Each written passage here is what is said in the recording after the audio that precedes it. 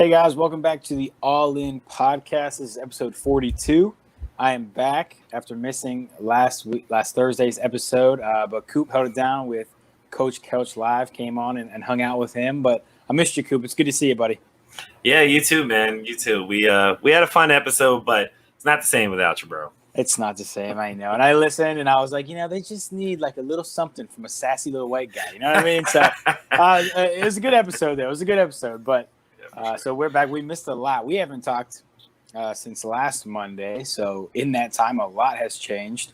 In NBA specifically, we're going to be talking about that shortly. But first, we're talking NFL. So if you're watching on YouTube, this will be the NFL episode, and then you can check out the NBA episode if you didn't watch it live. We'll be going live with that one. If you're listening on audio, it'll be same episode here. So we are going to be talking NFL. Week 3. It was a big week on Sunday. We will start with the Sunday night game. It was probably one of the biggest matchups of the day. The Packers beat the Saints 37-30. Aaron Rodgers, man, he is looking fantastic. The Packers are really clicking on all cylinders. Give us your thoughts on Sunday night football game. Yeah, I mean, I took the Packers in this one, assuming that Michael Thomas is going to be out, because I think they are better. Even if Devontae Adams didn't play, because they're better equipped, right, to play without their star receiver. I think the Saints offense is heavily reliant on Michael Thomas. And now that, load has fallen to Kamara, who has handled it well. He's played well. But outside of that, granted, they put up 30 points last night, but their offense just doesn't look the same. And defensively, they clearly have some issues. The Raiders kind of lit them up last week, and then the Packers go for 37 here. But really, this tells me more about the Packers, man. Aaron Rodgers has been lights out to start the season, and better than I expected. Not because I thought he lost a step or he wasn't good, but I didn't think that he would quite have this kind of volume as far as throwing the ball, because he hasn't over the last few years. They haven't really thrown the ball that much. But this year, they've kind of it looks like the old Aaron Rodgers, really. Yeah. That we used to see during his MVP days. As he looks that good. And they got some big contributions from guys, who's had to step up with Devontae Adams being out. Allen Lazard was incredible, 6 catches, 146 yards, and a touchdown in this one. So, it's it's kind of what I expected from the Packers. I really like this team. I think they're NFC champion good. Oh, wow. So I legitimately think they could make it to a Super Bowl. So, big win for them. I'm impressed.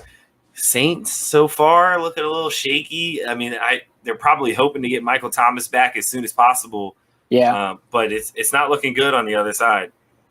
Yeah, not at all. And, Drew Brees, I think if we just looked at the stat line after the game, if you didn't watch the game, you might think he might have had an okay game. But a lot of that was, probably, I think over half of his throws were just checkdowns to Kamara. And as a Kamara fantasy owner, I was enjoying it last night. But, he does have a little bit of the noodle arm right now. He's got no zip on the ball. No zip. Throwing the ball downfield. If it's more than 10 yards down the field, he's got no zip on it. I think that's a serious problem. For them, even when Michael Thomas comes back. And I think Michael Thomas, people say what they want about him, and he's one of the best receivers in the league. Of course, he does make most of his living on those little slant routes and quick routes. So maybe it's not as bad, and Brees can find him. But anything down the field, it's a problem. Yeah. And the Saints were a team that, coming into the year, I really don't remember who I had in the Super Bowl, but I feel like it might have been the Saints. And I feel like a lot of people had the Saints. 1-2 start this year. Let me ask you this. Is it Jameis time? Well, yeah, it's funny because we talked about this with Couch Coach in the last episode. What would the record need to be to start looking at Jameis? I think it's a bit early at 1-2. Now, if they're sitting at 0-3, I think you're having a different discussion. But at 1-2, I think you still have a little bit of leeway there. And they've had some relatively tough games. I mean, the Raiders are no slouch, for sure. And, maybe you're thinking, well, when we get Michael Thomas back, we'll reevaluate Drew Brees and see what he looks like then. But like you said, even without even with Michael Thomas, I should say, sorry, that arm just doesn't look good. Arm. There's nothing stretching the field for them. So Jameis, I would tell Jameis to be ready. That's what if I was in his corner, I'd be like, yo, be ready. This guy, he looks like Father Time is catching up to the starter here.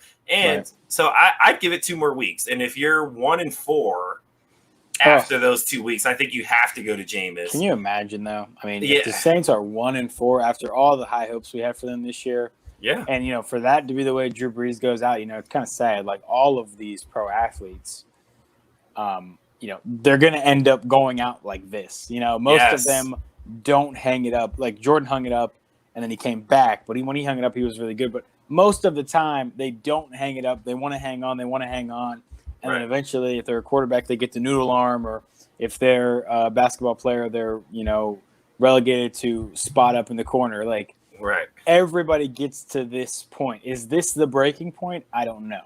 Is it only because Michael Thomas hasn't played in the past 2 weeks? I don't know. Because, they won week 1 against the Bucs team, and against the Bucs defense, they had pretty good success. And we're looking at the Bucs defense, and there might be one of the best defenses in the NFL. So is Michael Thomas the determining factor here? Is he someone who is so good that he can almost carry his quarterback? We talk about quarterbacks carrying receivers most of the time, and the other way around, where receivers getting angry when quarterbacks are so bad. We might need this receiver to actually carry the quarterback at this rate. So Michael Thomas is probably going to be back next week. So I think that's probably going to be a better, we'll get a better feeling of what Drew Brees is able to do, at least with Michael Thomas. But he still has Emmanuel Sanders. Jared Cook is a very capable tight end, and he's dumping down to Kamara a lot. Now, Emmanuel Sanders probably is a little bit disappointed that I think when he came there, he probably was expecting to get the ball down the field a little bit more. That's not going to happen, and that's not good for Emmanuel Sanders fantasy owners. So, but we really like the Packers. The Packers are 3-0 and clicking on all cylinders. And let me ask you this. This will be the last thing we talk about this game. Do you think – this is my conspiracy theory. I have quite a few of them. Do you think the Packers drafted Jordan Love in the first round for the sole purpose of lighting a fire under Aaron Rodgers' ass and just firing him up? Because it has worked if that's what they were doing. Probably not. I mean, maybe that was a small factor into it, but I think they were really looking at more like what they did with Aaron Rodgers when you go back through their history. They drafted Aaron Rodgers in the first round when they still had Brett Favre. And he sat for what, a good 2-3 years? 3 years, yeah, something like that. Favre wouldn't go away. Yeah, exactly. And then, eventually it was Aaron. And when Aaron Rodgers eventually stepped in, he was great, like immediately for them. So maybe they're kind of like, okay, well, if history tells us anything, learning from a great quarterback, is very beneficial for a backup. So why not take this guy that we like, sit him for 2 or 3 years, and eventually have him replace Aaron? Now, from Aaron, I understand why Aaron was upset because, obviously the Packers needed, things, but obviously the organization had faith in Lazard and Marquez Valdez-Scantling, and they both have played very well to start the season. And again, like I said, Lazard was great last night without Devontae Adams. So I think he has enough weapons to kind of justify where the Packers are like, look, you didn't really need a receiver. We had him right here. You just needed to get them the ball. So I think it's paid off for them so far. They're looking pretty good. Yes, they are. So they're looking really good. Saints a little bit shaky so far. We'll see how it goes when Michael Thomas comes back. Let's move into our next game. This is the game I was most excited to talk about.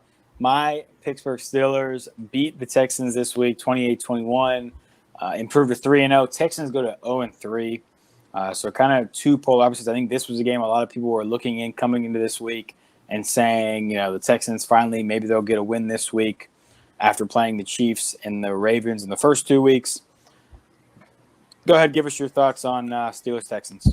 Well, again, I think we have to give the Texans a little bit of a pass here because the Steelers are a good team. Yes. Like, this is a team that could challenge for the AFC North at bare minimum and potentially win the AFC, depending on health and obviously other factors going forward. But to me, they're one of the best teams in the league, and I like that. Especially with the healthy James Conner that they've had over the last 2 weeks, because their running game. No disrespect to Benny Snell, who is a serviceable backup for Conner when he's hurt, but James Conner brings a different level to this run game when he's healthy, and it pays off. And then obviously Big Ben being healthy is great for everybody. So the offense is clicking. It takes a little bit sometimes for them to get going, but they've got certainly enough talent. Now, Deontay Johnson's concussion situation is unfortunate because he was having a very good start to the season. So we'll have to see how that plays out. But like from the Texans standpoint, even sitting at 0-3, I'm still looking at this like, dude, their schedule gets so much easier after this. Like, really, all they have to do is just kind of push out that losing mentality, right? That kind of stuff like sets in early amongst a lot of younger players, and really just players who don't have that like mental toughness, right? They're sitting at 0-3, and losing starts to become a habit at that point, right? You've gone 21 days to start the season without getting a win. It starts to get tough to really expect yourselves to just turn it around, even with your schedule getting easier. If they can kind of fight out that mental aspect of it, I think the Texans will be fine. Yeah. But like all 3 teams that they've played so far are undefeated. So up until the Monday night game, obviously one of those teams will lose unless there's a draw, which we'll get to. But unless up until the Monday night game, every team that they played was Super Bowl caliber, if you ask me. So it's just an extremely rough start to the season for the Texans, and you kind of have to feel for him. And like Deshaun Watson, I don't think was bad. He got sacked 5 times. That's not great, But again, the Steelers' defense is very good, one of the best in the league. So they just gotta stay the course. Yeah, I would say right now the best in the league actually for that Steelers defense. The pressure that they were getting on Deshaun Watson, like sacked 5 times, he probably could have easily been sacked 9 or 10 times. Like they were in his face the whole game, and he was able to escape and buy time. One of them led to a pick, actually, but a couple of them led to big plays when he was able to buy time and get around those edge rushers. He did a nice job stepping up in the pocket a lot of the time. The defense was just too much for the Steelers. And then the offense, you mentioned James Conner, like he has been a big improvement this season. He's eradicated the fumbling problem that he had last year. Granted, it's only been 3 games, so we'll see where it goes from here.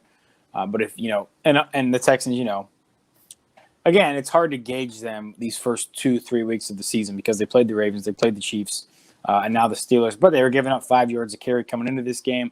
That continued. They were not able to stop the run at all. Ben, I think when we're talking about these old quarterbacks and we're talking about Brees and Brady and Phillip Rivers, I think Ben looks better than the other 3 right now. Maybe, you can make a case for Brady, I guess, but probably I'd go with Ben right now. And I think this Steelers team, I'm not going to make bold predictions yet, but you give me one more week. We got the Titans next week, and I might be making bold predictions about this team. But the Texans, I think, they're 0-3. They played probably, I think definitely Kansas City and Baltimore. We think of them as the 2 best teams in the AFC. Steelers might be that 3rd team. Maybe it's Buffalo. But so it's been tough for them. I think it's going to come down to those AFC South matchups. When they play Tennessee, when they play Indianapolis, those are the games that are going to decide their season. 0-3 is not unrecoverable. It makes it really tough. But Deshaun Watson, if anybody can do it, he's one of the 5 or 6 that could probably do it. So, all right, let's go from my team to your team then. And you mentioned the draw. The Eagles tied with the Bengals. Again, they did that before. Like, was that 8 years ago they did that or more than that with McNabb? It was, back in that, Yeah, when he didn't know the rule, he didn't know the tie rule, they tied with the Bengals. So the Eagles tied with the Bengals. We were texting about this on Sunday. Go ahead. Let it off your chest, bud. So, man, it's frustrating to watch this team, man. And, we're going to do an all in, all out segment later on here in the show. But I'm going to say right now that I'm out on Carson Wentz. Oh. I'm going to just – and again, I've been you can ask my family group chat. Me and Robbie have been like Carson Wentz like apologists for 3 years now, or whenever they whenever they won the Super Bowl, we've been going to bat for Carson Wentz, and I have nothing for him. Like if there was ever a game where you needed to just step up, and granted he got the game tying touchdown, but then they were awful in overtime. It's just like terrible. I don't know what it is. He can't consistently move the ball for the Eagles through the air, and doesn't matter who's healthy at this point. And granted, that's been an issue, but like really the only receiver you've been missing for the most part of the last 2 weeks was Alshon Jeffrey. Like Deshaun Jackson was fully healthy last week. You had Goddard, you had Ertz, you had Rager last week. Like all those guys were healthy, and you still were pretty bad. And this week against I don't think you even needed your receiving core to be fully healthy against this Bengals team, which, like, granted, I don't think their defense is terrible, but I mean, if the Browns can put up points on them, why can't we? Right. And that's just the frustrating part about it is there's been clear regression. He's inaccurate. He's not even really able to make the throws anymore, which wasn't the issue before. Before it was kind of, holding the ball or drop passes. Now it's like he's not even putting the ball where it needs to be. There was a Twitter video. Someone did a breakdown of it was like a 2-minute breakdown of him against Washington, just like making the right reads, going through his progressions correctly, making the right throws, but missing on the throws. And it's just like, how do you fix that? You know what I mean? Like, in the middle of the season, how do you fix that? Is that something that can be fixed in the middle of the season? I don't know. I don't know either. And it's good to see someone going through their progressions and making the right throws. But at the end of the day, like, you have to be able to put the ball where it needs to be in order to move the football. And he's not doing that right now. Maybe the Jalen Hurts draft pick is sitting in the back of his mind and making him tense up. Maybe it's a psychological thing. Maybe he can't shake the ghost that is Nick Foles, who revived himself this weekend. How about it? And of course, he knew nothing about that. But like at the end of the day, he's forever going to be compared amongst Philly fans to Nick Foles. Oh yeah, no doubt. Week in, week out, when he plays bad, they're going to say, "Man, we should have kept Nick Foles." And maybe that kind of stuff is in the back of his head and is kind of causing the yips. You know what I mean? Like to where he's just not the same. He's not the same quarterback he was before the ACL injury. Even last year, like I thought he was pretty good last year, given the receiving core that he had. Yeah. I thought he was pretty good. And this year it's just like, he doesn't look anywhere near as good as he was last year to start the season. And, Peterson has said he's still our guy. He's not entertaining the Jalen Hurts thing. But I'm sure in the back of Peterson's mind, he's thinking, well, this tune could change in 2 weeks. Right. So, you don't draft a guy like Jalen Hurts in the second round and expect him to sit when you're 0-4, 0-4-1, or whatever they might be at that point. Right. And that's part of it too and something I was going to mention with the Eagles is like they're 0-3, right? Well, we don't expect Washington to be anywhere near 500 towards the end of the year. The Giants are a mess. The Cowboys are now 1-2. So the Eagles aren't out of it, right? They're a game back of first place in the NFC East. If they could just figure something out with Wentz. But if I'm Peterson, right, the question becomes, okay, I'm one game back of, being first place in this division. Do I stick with Wentz, the experienced guy at this point? This is his third or fourth year in the league. Do I stick with this guy, or do I say I'm only one game back? If I make this change now before it's too late, we could seriously be in this thing. So that's a question he's going to have to ask himself. And maybe we start to see Hurts a little bit more. I think they showed him in Wildcat at least once in this game. Right. Getting out there at least and touching the ball. So the Wentz thing is just sad. I don't get it. And even the overtime thing was crazy too. Like they had a real chance. Like all they needed was a field goal. Like they were down there, and even like if they botched it. The last drive there towards the end, they botched it, and they end up and it's like fourth down. But like even when it's fourth down, like and you're at the 45 or 50-yard line, and there's 9 or 10 or 11 or 12 seconds left, whatever it was. It was 19. 19 seconds left. Like, why don't you go for it and try to do this? Like, just try to win. Like, worst case scenario, you don't pick up the fourth down, and the Bengals get the ball at midfield, and they have either a Hail Mary or a quick play and a 60-yard field goal. Like, that's the worst that could happen. Like, just go for it. Like, just show that you want to win the game. And Peterson didn't do that. Wentz did it on one play when he ran in for that game-tying touchdown. But then in overtime, it was just totally flat. It was just so flat. So listen, I agree with you. I think Wentz played pretty well last year, especially given, like you said, the receivers and how bad the receivers he did have played. Right. I think he played pretty well, and that was a reason that me and you both picked him to win this division. But if he's going to be this bad, there's no way that they can win this division. I mean, even you watch the Cowboys against the Seahawks, like, yes, the Cowboys are 1-2, but if you watch them against the Seahawks, like, they're a lot better than the Eagles right now. Yeah, by far. By far. And so last thing, because we got to move on. But what doesn't make sense to me either is like you gave Wentz the extension, right? So now it's going to be like impossible to move him or trade him and get like, nearly the value that you would think or you could have gotten on him at any point. So you're kind of stuck with him at this point unless you cut him and take that hit, whatever.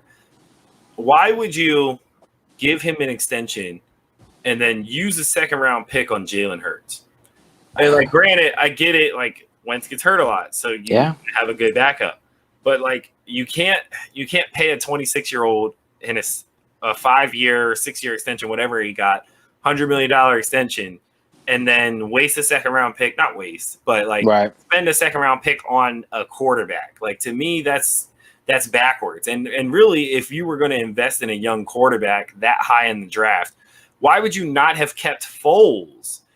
You know what I mean? The older guy. And had Jalen Hurts sit under him, you know what I mean, for a year or two. That would have made a ton more sense. You would have saved a lot more money and probably been able to invest that into other areas of the team. And now you're stuck with a guy like Wentz, which is this contract's going to turn into a bad one. And granted, like NFL players get cut regardless of what contracts, but like you're still going to have to kick out a ton of guaranteed money that you might not have had to, even if you end up cutting him in a year or two, whenever that inevitably happens. Right.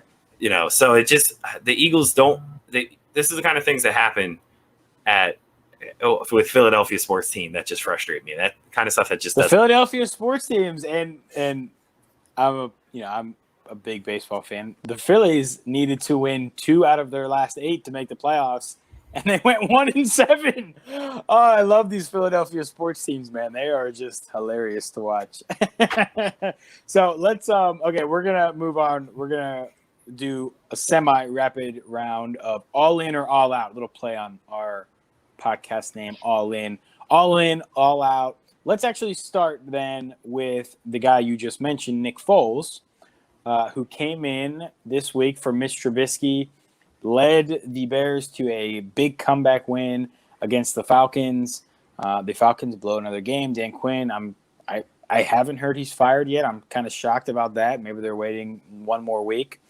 But Nick Foles has been named the starter going forward for the Bears. Are you all in or all out on Nick Foles?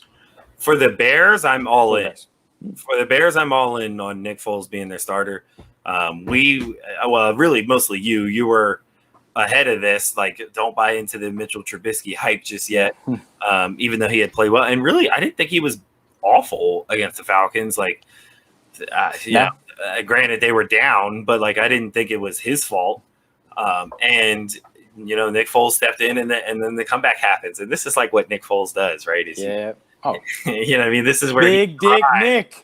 This is where he thrives, man. Is when he just comes in and makes a ton of plays, and then eventually like keeps that hot streak going. I don't know what it is about him. When he it's his nickname. when he comes in, but like when he comes in as like the starter, he's not good. No. Right when he's like the clear-cut go-to guy, like the Jaguars playing for him last year, and he wasn't good. I mean, Granted, he got hurt, but even when he came back, he was not good. And now it's just like, all right, well, now I'm taking over for another young QB, so it's time for me to show these kids how it's done or whatever. I don't know. It's maybe he has like old man thing in his head. I love this guy. I don't know, but Nick Foles. I'm certainly all in on Nick Foles for the Bears. I think he's an upgrade for them. I think he's definitely an upgrade, and I think the way that the move happened, you're right. Mitch actually wasn't playing that bad. It was 26-10, and really the way the Falcons play, you could have argued Mitch could have made that comeback himself. But I think it kind of showed Matt Nagy wanted Foles to be the starter, and he was looking for the first opportunity to do that, and this was it. Big Dick Nick came through, and now he's the starter. So let's move on. Next one, Josh Allen. They beat the Rams. They were killing the Rams. They blew this huge lead to the Rams. And then Josh Allen ended up leading them on this long drive, and they scored the game-winning touchdown with, I think, less than 15 seconds left. Josh Allen, MVP discussions. Are you all in or all out? I am all out on MVP discussions. Yeah. But I'm all in on Josh Allen being a capable quarterback that can win the Bills the division. Even with the Patriots looking pretty good so far, actually looking very good with Cam under center. I think the Bills legitimately can win this division. Josh Allen has been great. I think there's going to be a few other guys that will end up having better seasons than him when it comes to that MVP race. But I'm all in on Josh Allen, the quarterback, but out on the MVP. I am all out on Josh Allen for MVP, most definitely. He's just not going to be able to put up the statistics to match some of these other guys. Yeah. If me being all in on Josh Allen means that he's a game manager, good enough to win with a really good defense, then sure, I'm all in. Do I think he's ever going to be that guy? No, I don't. He's still pretty inaccurate. This was nice, though. This was a nice win, and Jalen Ramsey and him have a little rivalry, so good for him. I'm tough on quarterbacks. I'm just a tough. Lamar Jackson doesn't get much respect from me because to me, you have to win one playoff game. You win one playoff game, and then maybe we can talk. So until then, I'm still out. Yeah. Let's do Russell Wilson for MVP. This one is getting a lot of steam. I'm all in. I'll go quick on this one. I'm all in for sure on this. I don't have any poker chips here, but yeah, I'm all in. by far, I'm all in on Russell Wilson being the MVP. I think he has a stranglehold on it right now, and I don't see why that would stop. The hashtag Let Russ Cook is in full effect. Yep. And boy, is he cooking. Yeah. And Seattle looks really good right now. So yes, all in on Russ for MVP. Absolutely. I think it's right now. It's probably him and Aaron Rodgers is the top two. Okay, last one. This one's a team, the Cleveland Browns, and the reason that they're even brought up here, they're 2-1. They haven't really beaten anybody. They beat the teams with the 1 and 2 picks last year in Cincinnati and Washington, but they're over 500 for the first time in like 4 years.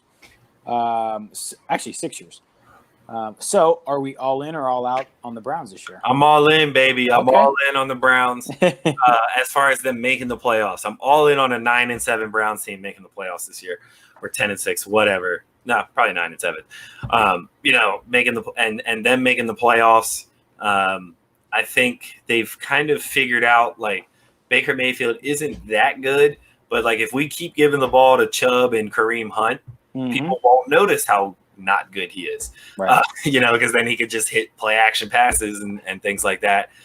They're starting to get OBJ a little more involved. He certainly got more involved against the Bengals, and it's a pretty average game this week. But yeah, I mean, that running game between Chubb and Kareem Hunt is lethal. And, I think that's a recipe for success. Yep. I was in on the Browns before the year to make the playoffs, as were you, I think, to probably get in one of those wild card spots with the expanded playoffs this year. Yeah. Give me one more week. Give me one more week. I just want to see how they do. Cincinnati's obviously not that good. And Washington, I thought Washington might be a nice test because of the defensive line that they have, but then Chase Young gets hurt in the first quarter. So we don't really get to see what I was really looking to see out of Cleveland. But I think you're 100% right about Chubb and Kareem Hunt.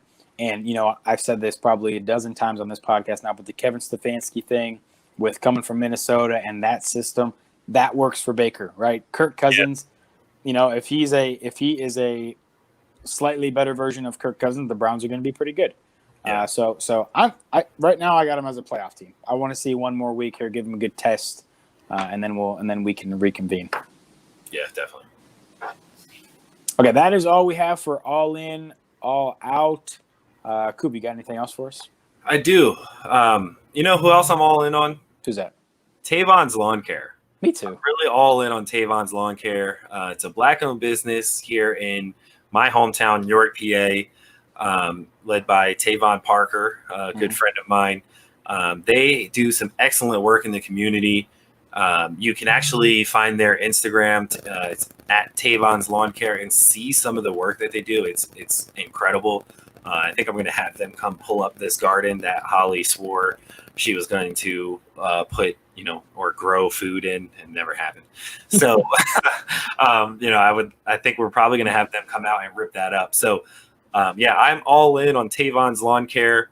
So if you're watching this and you're either like me and too lazy to cut your own lawn, or if you just don't have the time, hit up Tavon's Lawn Care and contact them to get a free quote today. Awesome. Yeah, support local businesses, support Black-owned businesses. They're probably paying more taxes than the president is. So go support.